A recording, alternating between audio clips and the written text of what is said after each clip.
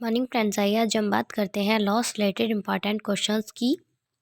First, साक्ष्य अधिनियम की सेक्शन 30 के अधीन एक अभियुक्त की संस्वीकृति सह अभियुक्त के विरुद्ध प्रयुक्त की जाती है। तो देखिए, संस्वीकृति क्या होता है। संस्वीकृति होती है उसकी कंसल्टेशन यानी इच्छा। ठीक है, तो वो क्या होती है, केवल संपोषक साक्ष्य के रूप में होती है। क्या कि सेक्शन 30 के अकॉर्डिंग ये एक अभियुक्त की संस्वीकृति सह अभियुक्त के विरुद्ध प्रयुक्त की जाती है, मतलब सह अभियुक्त जो होता है उसके अगेंस्ट। ठीक है, तो केवल संपोषक साक्ष्य के रूप में। साक्ष्य अधिनियम की सेक्शन 57 सबक्लॉज 1 के अकॉर्डिंग कोर्ट को न्यायिक अपेक्षा करनी होगी भारत में प्रवृत्त सभी विधियों पर। पाकला नारायण स्वामी वर्सेस इम्परर का वाद रिलेटेड है। तो देखिए, this is most important question. जो पाकला नारायण स्वामी का केस लॉ था वो किससे रिलेटेड था? वो था आपका मृत्युकालिक कथन से। मृत्युकालिक कथन का मतलब जो डेथ होने के टाइम पे लास्ट स्टेज होती है व्यक्ति की, तो उस टाइम पर जो वो स्टेटमेंट दे देता है तो उसको बहुत ही इम्पॉर्टेंट माना जाता है ना। चाहे वो अपनी फैमिली मेम्बर्स के सामने दे या हॉस्पिटल में एक पुलिस ऑफिसर के सामने दे, जो उसके लास्ट के जो स्टेटमेंट होते हैं बहुत ही इम्पॉर्टेंट माने जाते हैं। अपराध करने के बाद पुलिस अधिकारी के पास जाता है, संस्वीकृति करता है व अन्य सूचना देता है। को अपराध के लिए आरोपित किया जाता है। साक्ष्य अधिनियम के सेक्शन 25 के कारण उसके विरुद्ध साबित नहीं की जा सकती। मूक साक्ष्यों के संबंध में क्या साक्ष्य है? तो देखिए, जो मूक साक्षी होते हैं, सबसे पहली बात तो मूक साक्षी होते क्या हैं? तो मूक साक्षी होते हैं जो गूंगे साक्षी होते हैं, जिनको जो बोल नहीं सकते, है ना। तो इसमें इनका लिखित कथन भी मान्य व मौखिक होगा। मतलब कि जो गूंगे व्यक्ति होते हैं, मूक साक्षी होते हैं, अगर ये अपना स्टेटमेंट जो होता है वो लिख कर दे देते हैं तो वो भी क्या माना जाता है? मौखिक माना जाता है। ठीक है, बिकॉज क्योंकि वो बोल नहीं सकते हैं।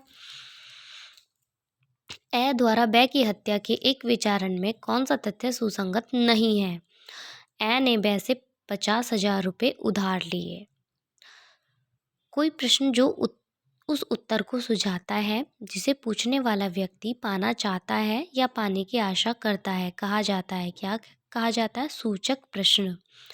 मतलब देखिए, इन हिंदी लैंग्वेज आपकी, ये तो आपकी लॉ लैंग्वेज थी, तो सिंपली वे में क्या है कि कोई प्रश्न जो उस उत्तर को सुझाता है, मतलब कि कोई भी ऐसा प्रश्न जो हम किसी व्यक्ति से कर रहे हों और वो उसका जो सॉल्यूशन है, रिप्लाई है, उत्तर है, उसको सुझाता है, सॉल्व करता है, जिसे पूछने वाला व्यक्ति पाना चाहता है या पाने की इच्छा रखता है, तो उसको हम क्या कहेंगे? सूचक प्रश्न। ठीक है, जिन प्रश्नों को व्यक्ति पाने की इच्छा रखता है, किससे? दूसरे व्यक्ति से। ठीक है, साक्ष्य अधिनियम की सेक्शन 146 सबक्लॉज 3 के अकॉर्डिंग बलात्संग के अभियोजन में अभियुक्ति के प्रति परीक्षण में क्या कहा गया है?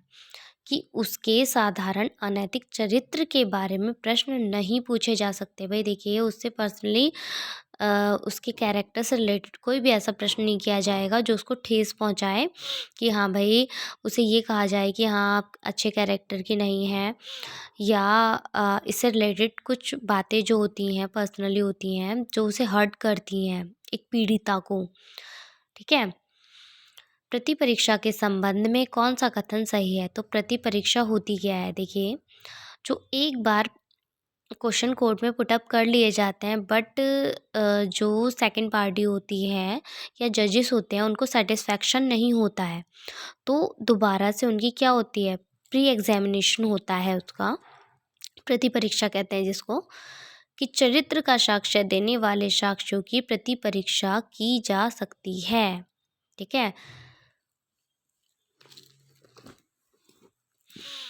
साक्ष्य अधिनियम की सेक्शन 102 के अकॉर्डिंग साक्ष्य प्रस्तुत करने का भार किस पर होता है? तो देखिए, जो साक्ष्य प्रस्तुत करने का जो भार होता है कंटिन्यू, वो चेंज होता रहता है, लगातार बदलता रहता है।